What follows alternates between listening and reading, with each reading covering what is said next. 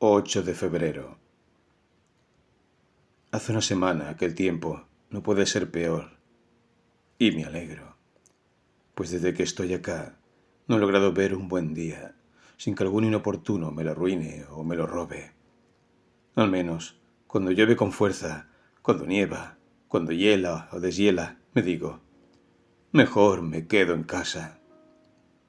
Pero si amanece soleado, si todo augura un buen día, nunca dejo de decir, este es un favor del cielo que podemos usurpar unos a otros. No hay nada que el hombre no se quite sin escrúpulos. Salud, reputación, alegría, descanso.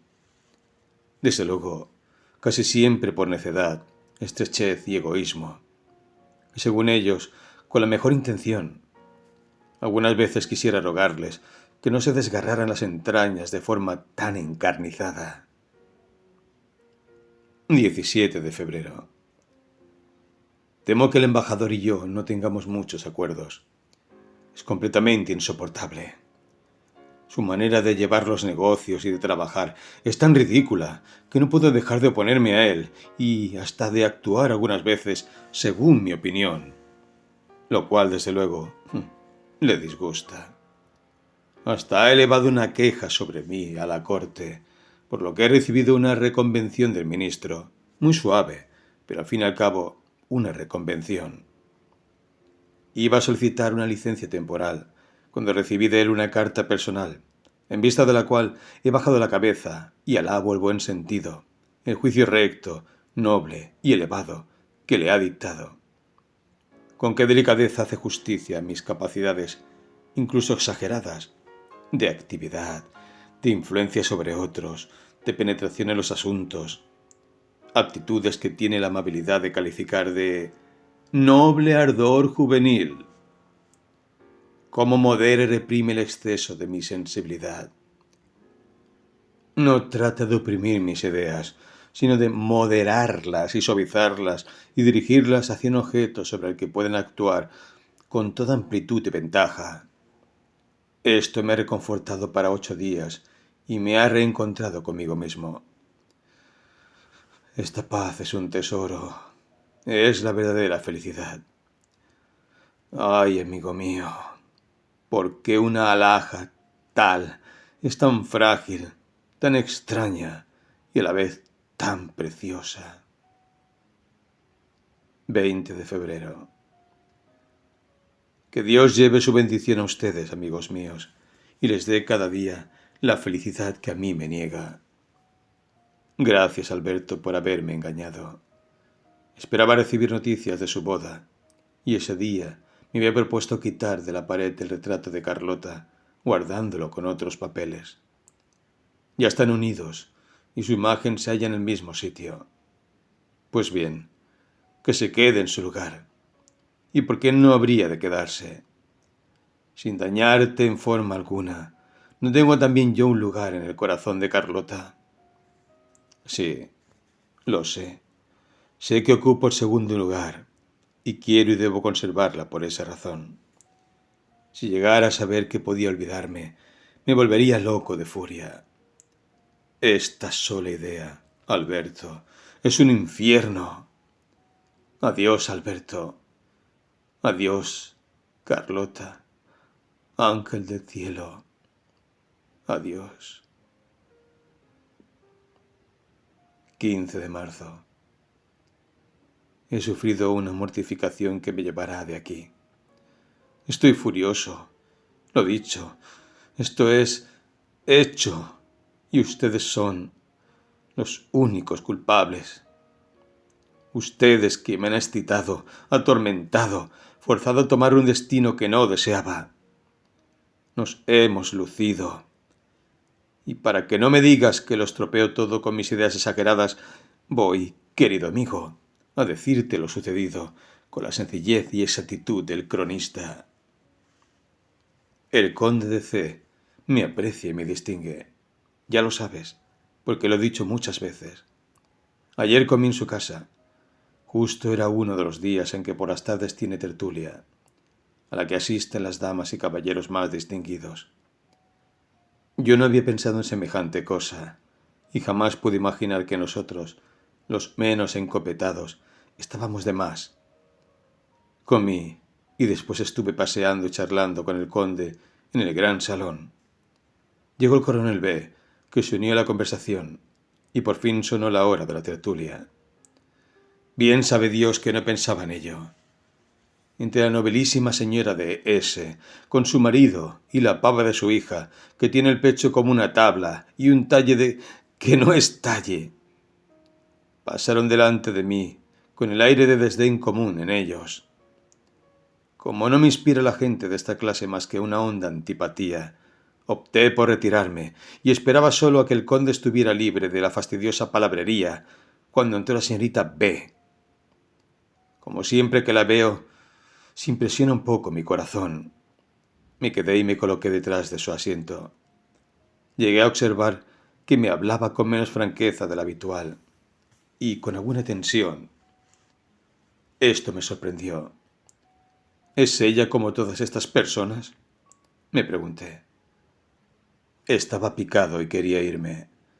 Sin embargo, me quedaba, esperando que con alguna frase que me dirigiera llegara a convencerme de que mi pregunta carecía de justicia y qué sé yo. Mientras tanto, el salón se llenó. El barón F, que llevaba todo un guardarropa del tiempo en que se coronó Francisco I. El consejero Aúlico R, que se anuncia haciéndose llamar su excelencia, con su mujer, que es sorda, etc. No debo omitir a J, el desaliñado, que tapa los oídos de su traje gótico con retales del día. Estas y otras personas entraron, mientras yo hablaba con otras conocidas mías, que me parecieron muy lacónicas. Pensando y atendiendo únicamente a B, no noté que las señoras cuchicheaban en un rincón del salón y que algo extraordinario sucedía entre los caballeros. No observé que la señora de S hablaba aparte con el conde. Todo esto me lo dijo después la señorita B. Por último, el conde vino hacia mí y me llevó al hueco de la ventana. Ya conoces, me dijo, nuestras costumbres. He observado que la gente en general está descontenta de verte aquí, y aunque yo no querría, por nada del mundo... Perdóneme, señor, dije interrumpiéndolo. Debí darme cuenta, lo sé, y sé también que perdonará esta irreflexión. Haciendo una cortesía y riendo, añadí. Ya había pensado retirarme y no sé qué maligno espíritu me detuvo.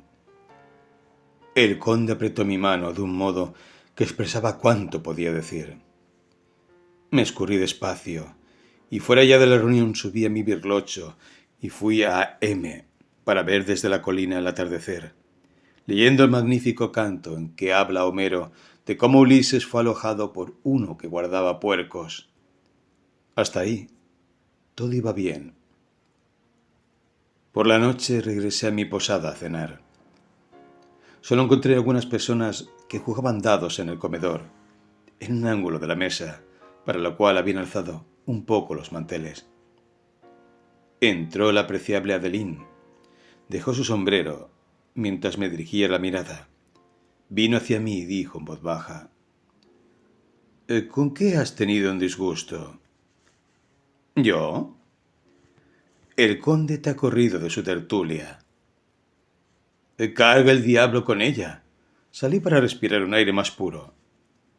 Me alegro de que no des importancia a lo que carece de ella. Solo siento que el caso se haya hecho público. Esto hizo que se despertara mi enojo.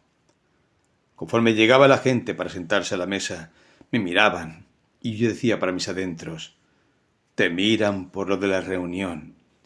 Y esto me quemaba la sangre. Y como ahora, a donde quiera que vaya, oigo decir que los que me envidian baten palmas, que me citan como un ejemplo de lo que sucede a los presuntuosos que creen tener la facultad de prescindir de todas las consideraciones porque están dotados de algún ingenio. Y oigo además otras majaderías semejantes, de buen grado me acuchillaría el corazón. Digan lo que digan los caracteres despreocupados, Yo querría saber quién es el que puede soportar que tanto bellaco murmure de él en esta forma. Solo cuando la murmuración carece de bases es fácil despreciar a los murmuradores. 16 de marzo. Todo conspira en mi contra. Hoy allí en el paseo la señorita B. Me vi forzado a acercarme y apenas nos alejamos un poco del resto, le di 1000 quejas por lo que anteayer sucedió con ella. Oh, Werther, me dijo con la mayor ternura, ¿cómo interpreta tan mal aquel trastorno mío? Usted que me conoce tan bien. Cuánto he sufrido por usted desde que lo vi en el salón. Todo lo adiviné. 100 veces estuve a punto de decírselo. Sabía que las señoras de S y de T se marcharían con sus maridos si no se iba. Sabía que el conde no se atrevería a romper con ellos. Y ahora me pide cuentas. ¿Cómo, señorita? Dije, cubriendo mi trastorno y sintiendo agua hirviendo correr por mis venas, al tiempo que recordaba todo lo que me había dicho Adeline. ¿Cuánto me ha costado todo esto?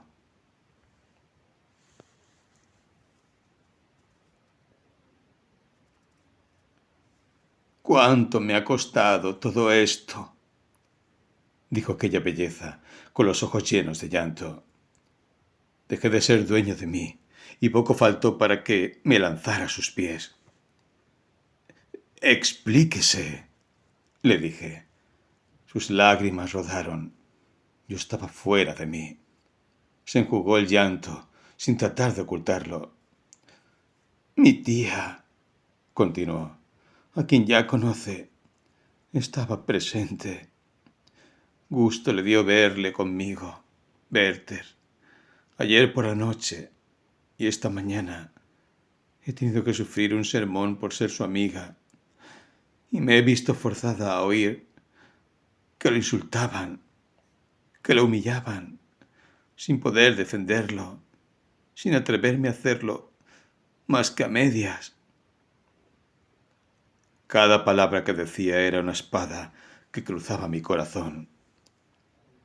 Sin entender el bien que me hubiera hecho al ocultar todas esas cosas, sigue diciendo lo que de mí se había dicho, y quienes se enorgullecieron del triunfo, celebrando que se había castigado mi orgullo y mi desprecio hacia los demás, cosas que hace tiempo me reprochan. Y oírlo todo de ella, Guillermo, oírlo de ella, cuyo afecto para mí es verdadero y hondo. Quedé anonadado y todavía crece la ira en mi pecho. Quisiera que alguno de ellos tuviera el valor de pronunciar una palabra delante de mí, para atravesarle parte por parte con mi espada. Me calmaría si viera correr la sangre. Más de 100 veces he tomado un cuchillo para acabar con mi asfixia. Dicen que hay una noble raza de caballos que, enardecidos y cansados al extremo, se muerden por instinto una vena para respirar con más facilidad. Muchas veces estoy en este caso. Querría abrirme una vena que me diera la libertad infinita. 24 de marzo. He pedido mi cesantía con esperanza de conseguirla y de que me perdonarás el que lo haya hecho sin consultarte. Necesito salir de aquí y sé todo lo que pudieras decir para evitarlo. Di a mi madre lo que sucede, de modo que no se moleste. Es preciso que lleve con paciencia el que no la satisfaga quien ni a sí mismo puede satisfacerse. No dudo que esto le dará mucha pena. Ver que su hijo se detiene de pronto en la brillante carrera que le llevaba a los puestos de consejero e embajador. Ver que se desvía del camino. A todas las objeciones que se te ocurran y cuantas combinaciones conduzcan a demostrar en qué casos podía y debía seguir aquí. He decidido irme y me voy. Para que sepas a dónde, te diré que mi compañía es muy grata al príncipe de Z y que, cuando supo de mi decisión, me pidió que le acompañe a sus estados para pasar la primavera. Me ha prometido libertad absoluta, y como estamos de acuerdo en casi todo, voy a correr el riesgo y me iré con él. Post-scriptum. 19 de abril. Te agradezco tus 2 cartas. No he contestado porque, para evitar esta, esperaba recibir el cese de la corte. Temía que mi madre fluyera con el ministro y acabara con mis planes, pero ya está todo arreglado, pues mi renuncia ha sido aceptada. No te diré la repugnancia con que han accedido a mis deseos. No lo que me escribe el ministro, porque aumentaría tus lamentaciones. El príncipe heredero me ha dado una gran suma de despedida, 25 ducados, escribiéndome palabras que me han enternecido hasta las lágrimas. No necesito entonces el dinero que últimamente había solicitado a mi madre. 5 de mayo. Salgo mañana, y como solo son 6 millas de camino al lugar donde nací, quiero volver a verle y recordar los días de mi infancia, que fueron como un sueño. Quiero entrar por la misma puerta por donde salí con mi madre, cuando después de morir mi padre, abandonó esta querida y tranquila aldea para encerrarse en esa espantosa ciudad. Adiós, Guillermo. Ya sabrás de mi viaje. 9 de mayo. He visitado el pueblo que me vio nacer, con la devoción de un peregrino, impresionándome una parte de sentimientos que no esperaba. Hice detener el coche cerca del gran tilo que hay a 1/4 de legua de la población, al sur. Me bajé y mandé al cochero que fuera delante, para seguir yo a pie y saborear todos los recuerdos con la viveza y plenitud de la novedad. Me detuve bajo el tilo que en mi infancia fue objeto y final de mis paseos. ¡Qué diferencia! Entonces, con dichosa ignorancia, me lanzaba con ímpetu hacia ese mundo desconocido en que esperaba encontrar mi corazón, todo el alimento, todas las venturas que debían colmar y satisfacer la efervescencia de mis deseos. Ahora vuelvo ya de este vasto mundo y... Oh, amigo, cuántas esperanzas perdidas, cuántos planes destruidos. Aquí tengo frente a mí las montañas que 1000 veces contemplé como el objeto de mi deseo. En aquella época podía quedarme en estos sitios durante horas, pensando escalar esas alturas, llevando mi pensamiento al fondo de los valles y de las alamedas que veía entre las tintas suaves del crepúsculo. Y cuando llegaba el momento de regresar a casa, abandonaba este paraje querido con inefable pena. Al acercarme al pueblo, he saludado todos los viejos pabellones de los jardines, mis antiguos conocidos. Las nuevas casas no me gustan, como todos los cambios que he visto. Pasé la puerta de entrada a la población y sí que me hallé dentro de mis recuerdos. Amigo mío, no quiero abundar en detalles. La relación sería tan pesada como grande ha sido el placer que he tenido. Pensaba quedarme en la plaza, justo al lado de nuestra antigua morada.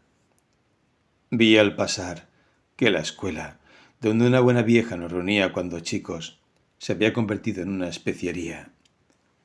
Recordé la inquietud, los temores, los apuros y las aflicciones que había sufrido en aquella especie de agujero. No daba un paso que no me produjera emoción.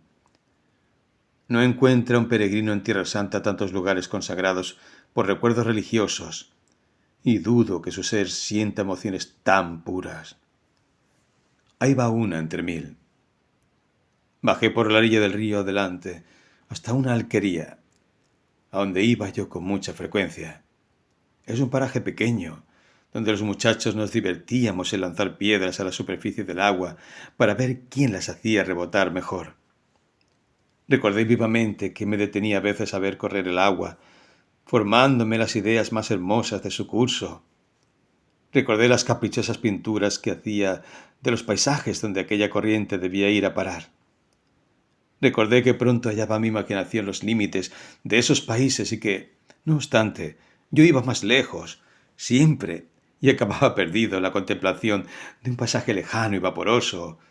Amigo, así con esta felicidad vivieron los venerables padres del género humano. Tan infantiles fueron sus impresiones y su poesía. Cuando Ulises habla del mar inmenso y de la tierra ilimitada, su lenguaje es real, humano, íntimo, sorprendente y misterioso. ¿De qué me sirve repetir con todos los colegiales que la tierra es redonda? La tierra solo necesita al hombre algunas paletadas para su goce y aún menos para su descanso eterno. Estoy ahora en la casa de campo del príncipe. Se vive muy bien con él. Es la verdad y la sencillez en persona, pero está rodeado de gente singular que no acabo de entender. Sin tener el aspecto de unos bribones, tampoco tienen el de los hombres de bien. Algunas veces los considero respetables y sin embargo no alcanzo a confiar en ellos. Me molesta que el príncipe hable a menudo de cosas que ha oído decir o que ha leído, copiando siempre servil lo que lee y lo que oye. Añade a esto que tiene más mi talento que mi corazón. Este corazón, única cosa que me enorgullece, única fuente de fuerza, de felicidad y de infortunio. Lo que yo sé, cualquiera lo puede saber, pero mi corazón solo lo tengo yo. 25 de mayo. Me rondaba una idea en la cabeza de la que no quería hablar sino después de llevarla a cabo. Ahora que no sucederá, puedo hablar de ella. Quería ir a la guerra, y este deseo ha ocupado mi corazón mucho tiempo. Motivo primordial que me llevó a acompañar al príncipe, que es general al servicio de Prusia. Un día que paseábamos, le revelé mi intención, y él se esforzó en disuadirme. Si no hubiera escuchado sus razones, hubiera habido en mí más pasión que capricho. 11 de junio. Di lo que quieras. No puedo permanecer más tiempo. ¿Qué haría aquí? El príncipe me trata muy bien, como puede tratarse a un hombre, y sin embargo no estoy a gusto. El tiempo se me hace eterno. En el fondo, no tenemos nada en común. Es hombre de talento, pero adocenado. Su plática no tiene para mí mayor atractivo que la lectura de un libro bien escrito. En 8 días volveré a ir a vagar de un lado a otro. Lo mejor que he hecho han sido mis dibujos. El príncipe es aficionado al arte y hasta llegaría a ser inteligente si no estuviera tan atado al principio pedantesco de las reglas y la terminología.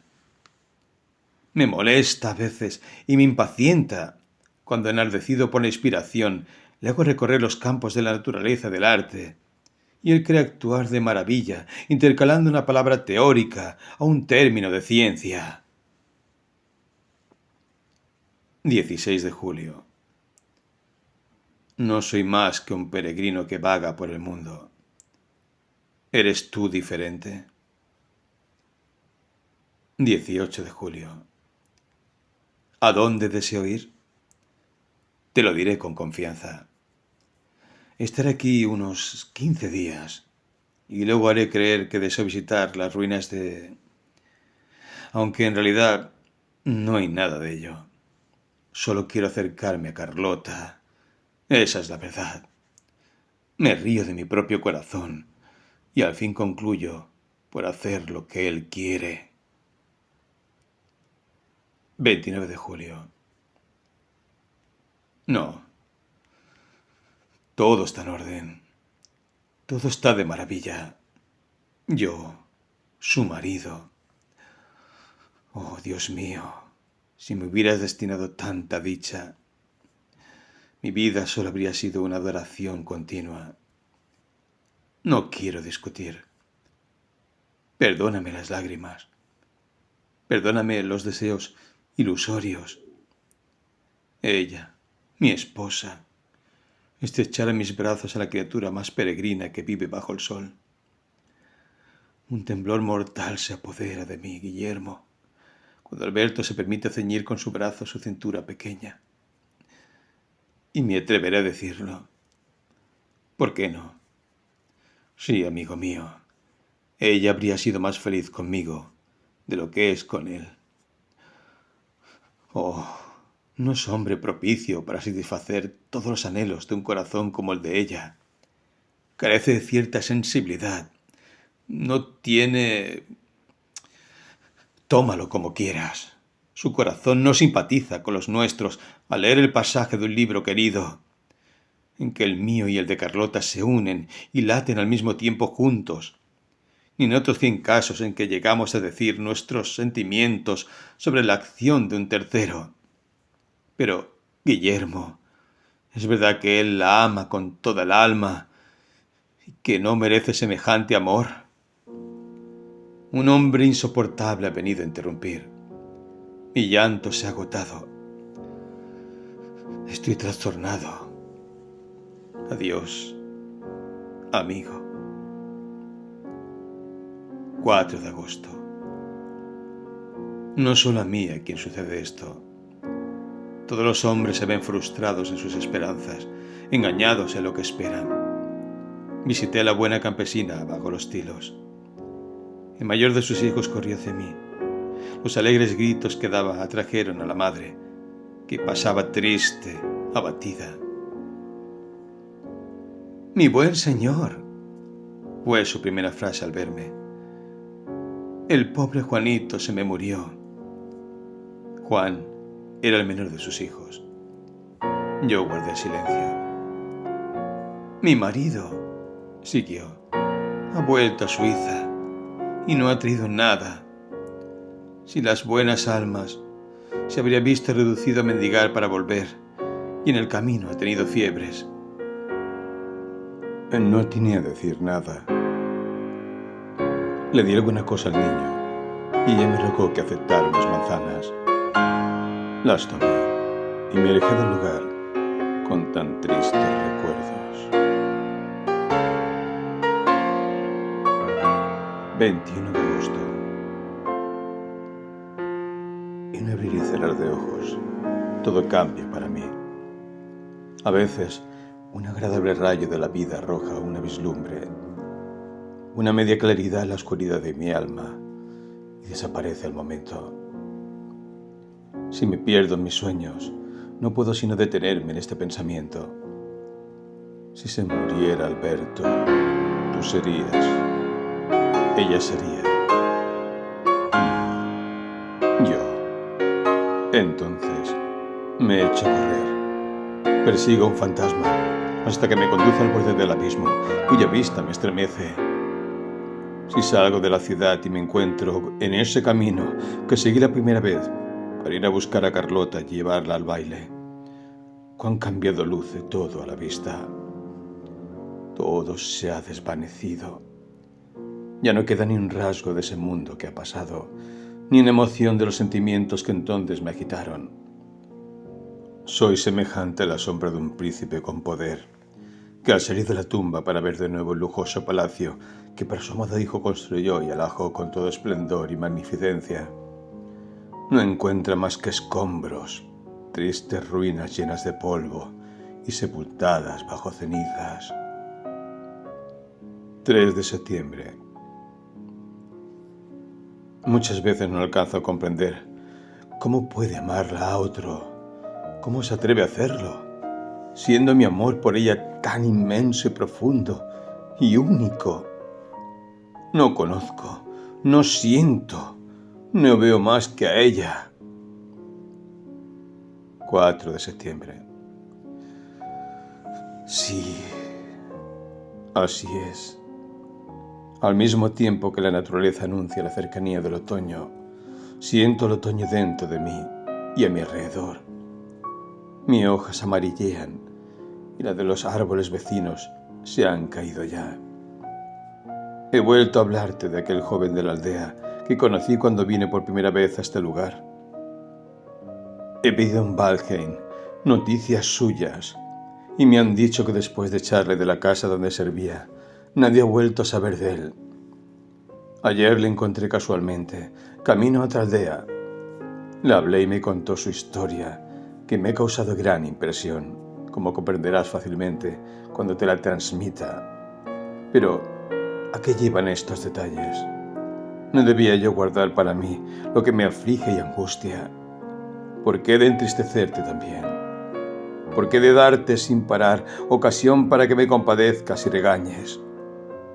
Bah, ¿acaso no es mía la culpa, sino de mi estrella? Este hombre contestó a mis primeras preguntas con sombría tristeza, en la que me pareció ver alguna confusión. Pero en breve, como si entendiera con quién hablaba y me reconociera, me confesó con franqueza sus errores y deploró su infelicidad. Que no pueda yo, amigo, recordar una a una sus palabras. Confesaba, sintiendo, al hacer memoria de ello, un tipo de alegría y placer, que su amor hacia su ama fue aumentando cada vez más, al grado de no saber lo que hacía, ni, hablándote en su lenguaje, dónde tenía la cabeza. No podía beber, comer, ni dormir. Esto lo martirizaba y hacía lo que no debía hacer, y olvidaba lo que le habían ordenado. Parecía que tuviera un demonio en el cuerpo, y por último, un día que ella estaba en una habitación de un piso alto, la siguió, o más bien se sintió arrastrado en su busca. Rogó sin resultado, y pretendió usar la fuerza. Ignoraba cómo pudo llegar a tal extremo, y ponía a Dios como testigo de que siempre había pensado en ella con tal pureza, y de que su más vehemente deseo había sido casarse para pasar la vida entera con ella. Después de platicar un rato, titubeó, como al que le falta algo que decir, y no se atreve a seguir. Al final me confesó tímido que ella le solía tolerar ciertas confianzas y le había concedido algunos favores ligeros. Interrumpió 2 o 3 veces el relato para repetirme que no decía esto por ponerla en mal, que la quería tanto como antes, que jamás había hablado con nadie de estas cosas y que solo me las decía para que me convenciera de que él no era un malvado ni un insensato. Y ahora, amigo mío, vuelvo a mi eterna frase.